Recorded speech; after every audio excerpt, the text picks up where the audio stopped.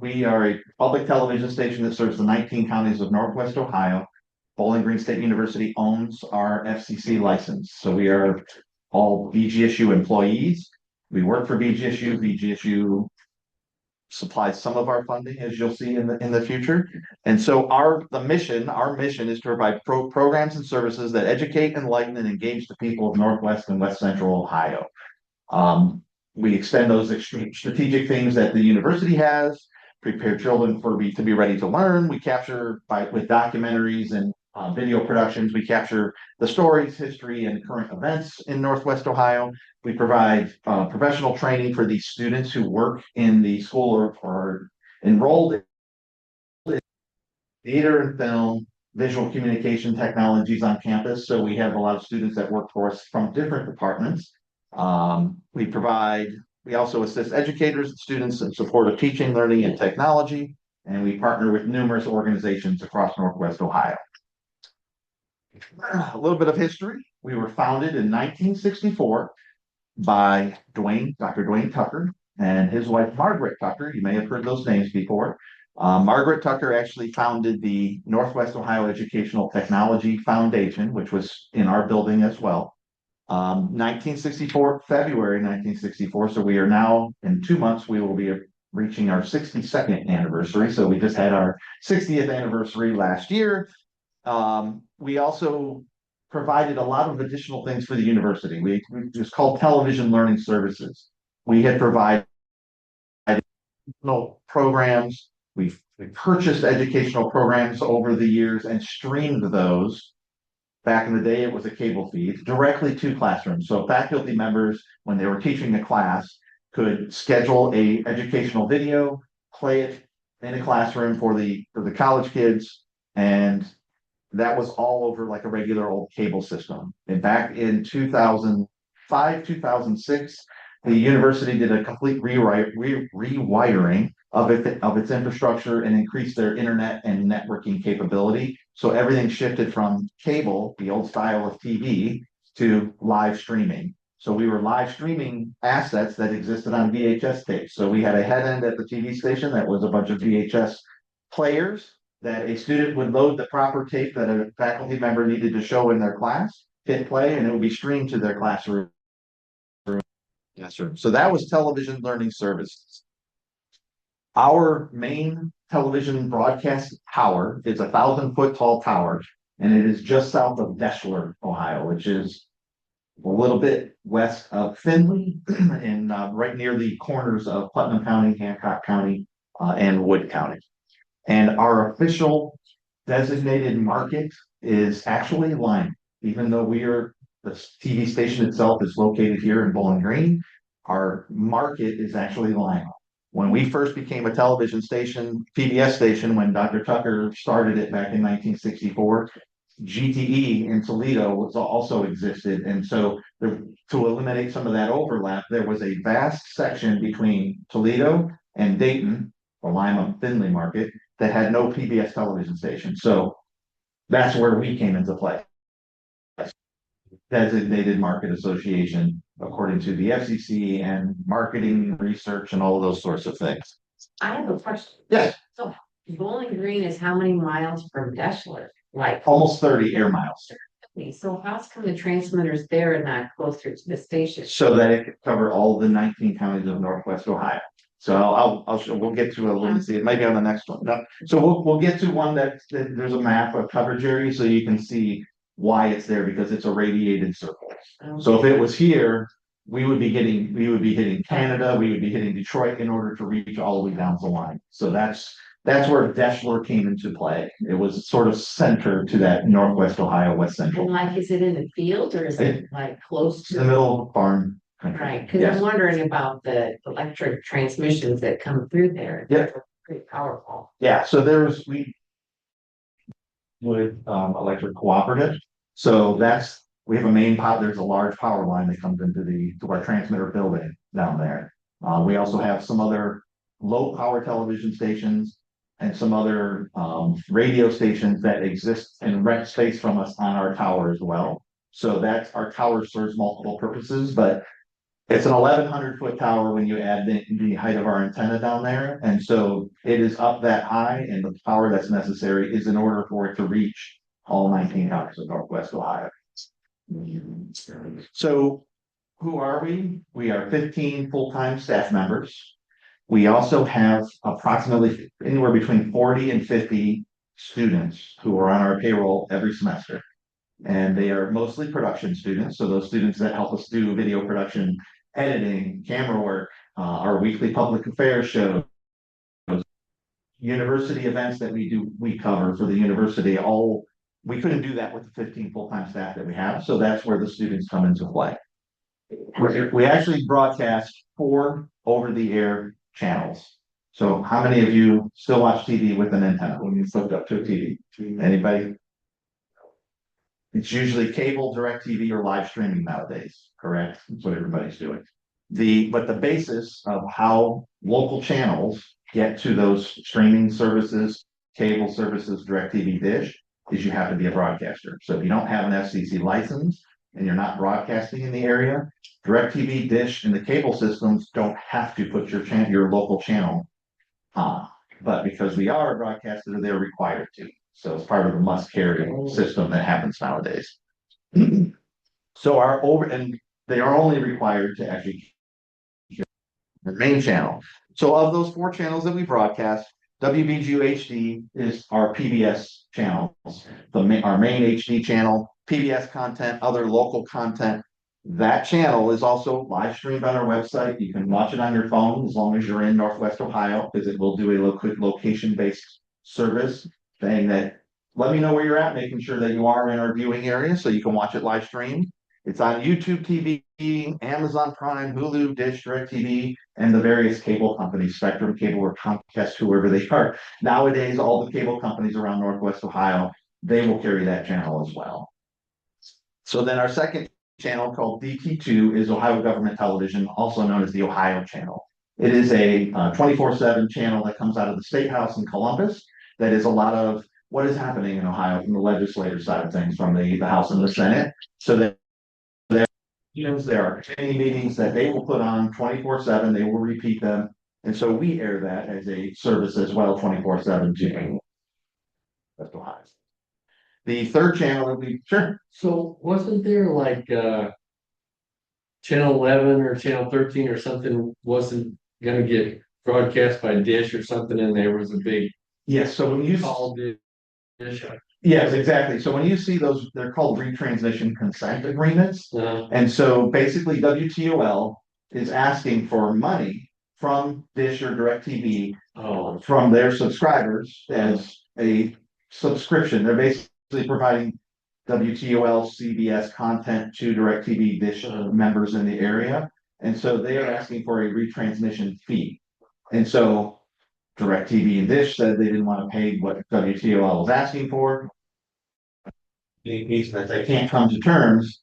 That's what happens is DirecTV Dish are no longer allowed to, unless they pay TOL that amount, they're no longer allowed to have that channel on their system. So when it's a negotiating ploy, so they keep going back and forth, and if they can't come to an agreement, Dish DirecTV have to pull that channel off of their air, off of their service. so the fact that they would have to pay for it, that's how they could say no. Yes, But if TOL said, okay, whatever, then they'd still have to. exactly.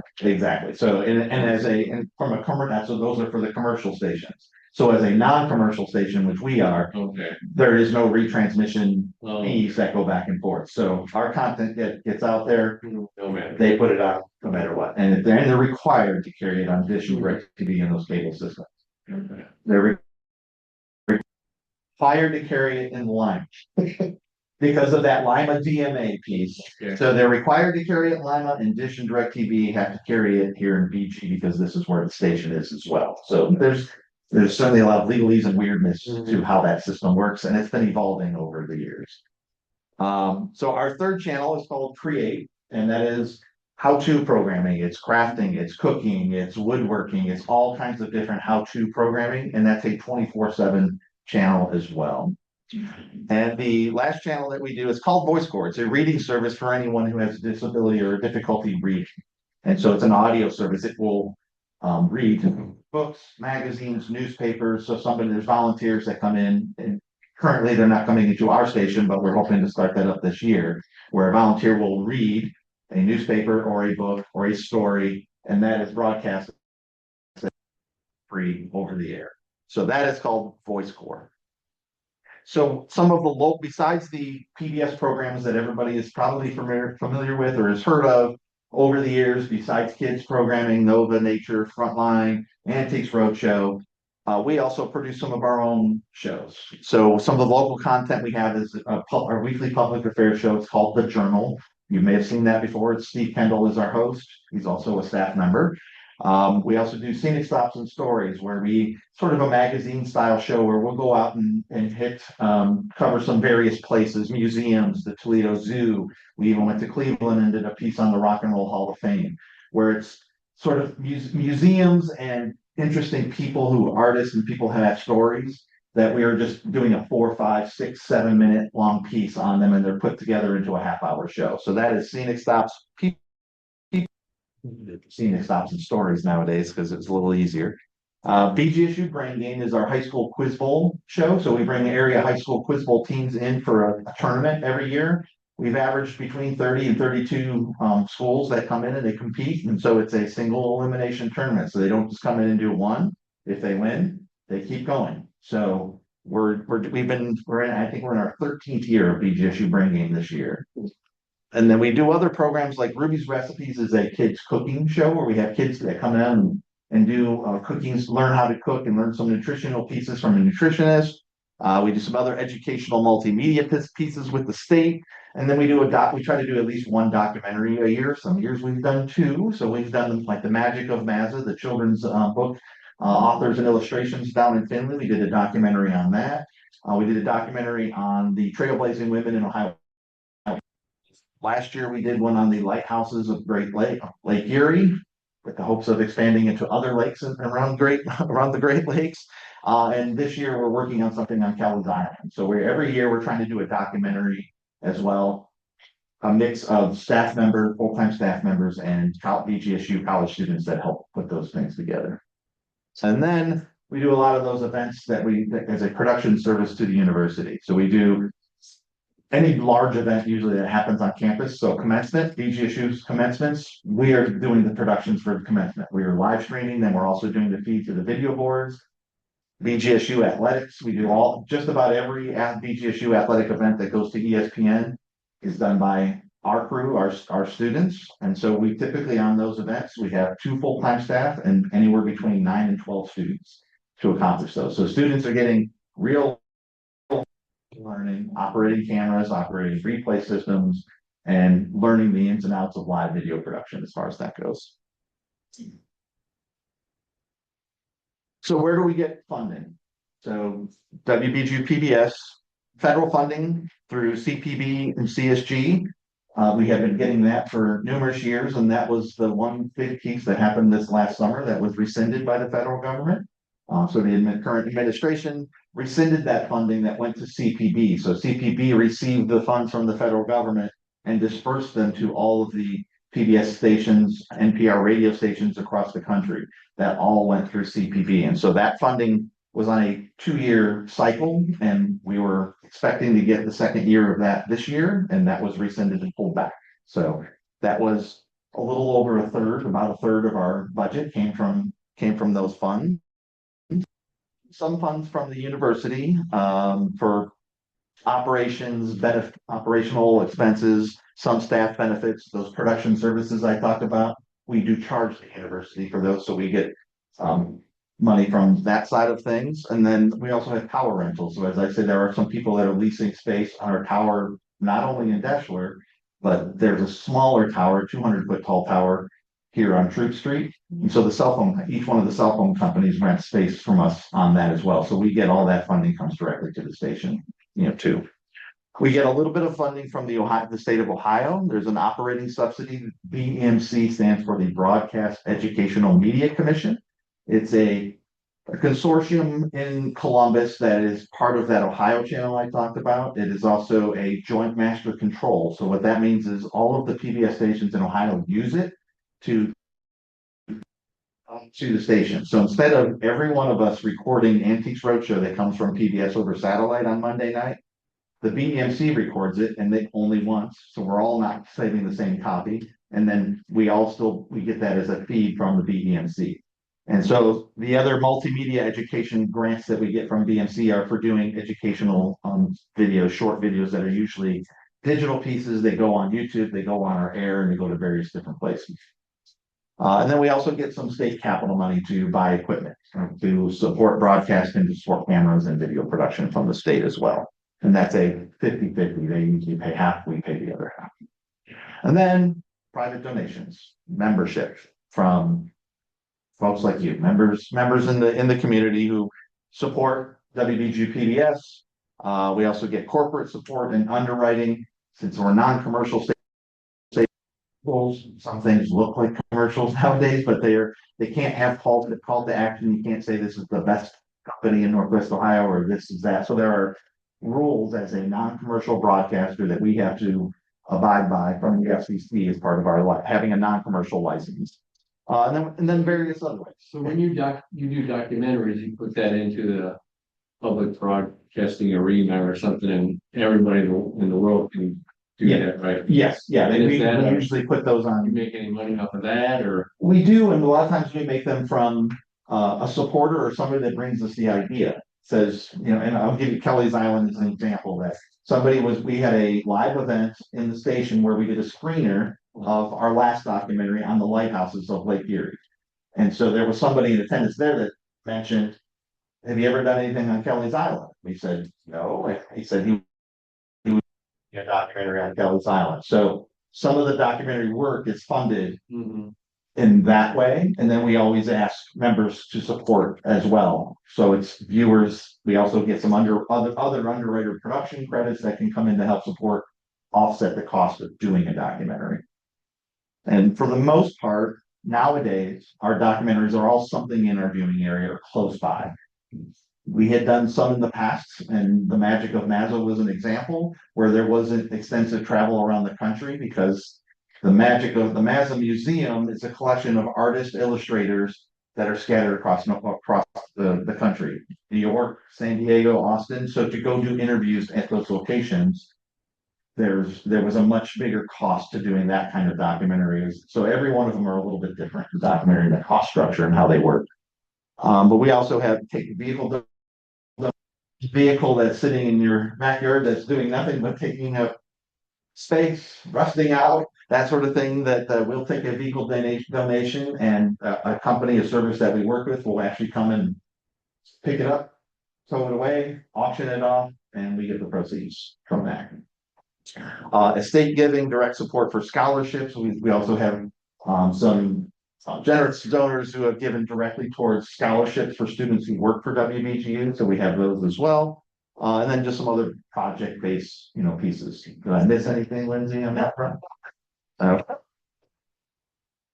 So this is a little bit of our viewership and viewership data. So you see the map of Ohio there, and that circle, that blue circle, is the area that we're covering. So that's why right in the middle, the four corners there were just south of that, actually in Putnam County. That's how that circle radiates out. So we cover the 19 counties in Northwest Ohio. And we say Northwest and West Central. We sort of always forget about that West Central piece and just call it Northwest Ohio. But it does we serve 550,000 households, and there's about 1.3 million people in that coverage area. And there are 40,000 alumni who live in our coverage area. BGSU alumni live in that area as well. So our Nielsen data, which is one of the measurement services and systems out there who gives a lot of broadcasts, and whenever you hear something got a rating or a high rating, the Super Bowl got so many millions rating, that comes from Nielsen.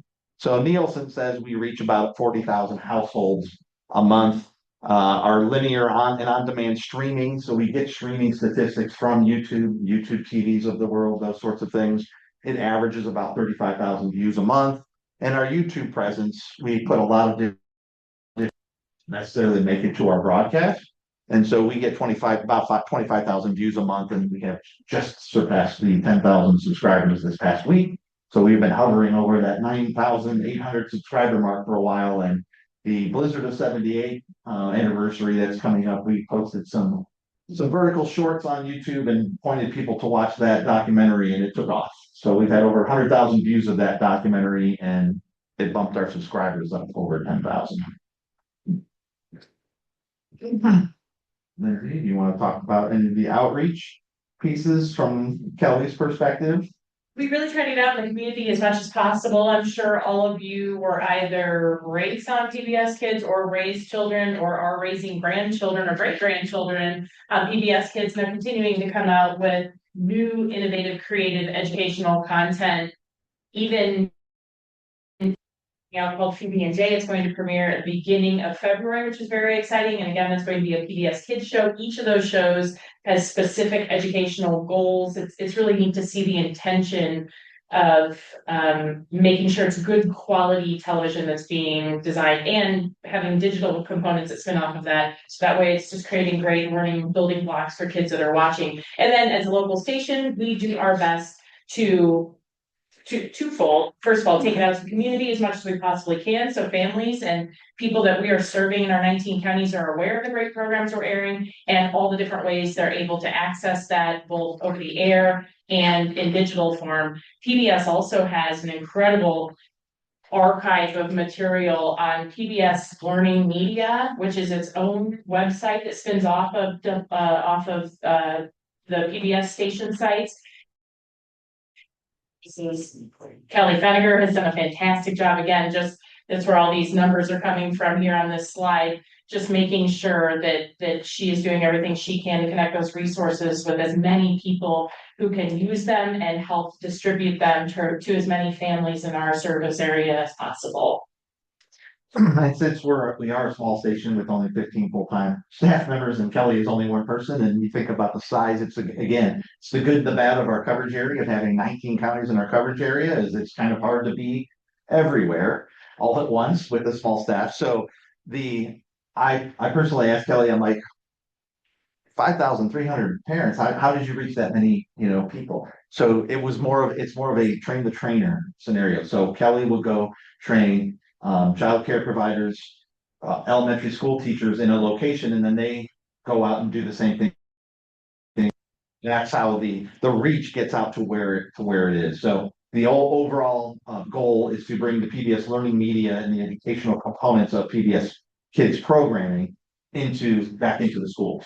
So it's free. So it's teaching the teachers, showing the teachers what content and what pieces of media are available for them to use in their classrooms. And then there's extra, the health and fitness videos that are mentioned there at the bottom. That is part of that multimedia grant that we get from the state that I was talking about a little bit earlier. Okay. So we have this is a little bit about our donors. We have just surpassed 3,800 active donors to the television station. And there's just some numbers on how they give. A sustainer is someone who donates $5. It's charge my credit card in perpetuity until they either tell us to cancel it. So that's what a sustainer, is.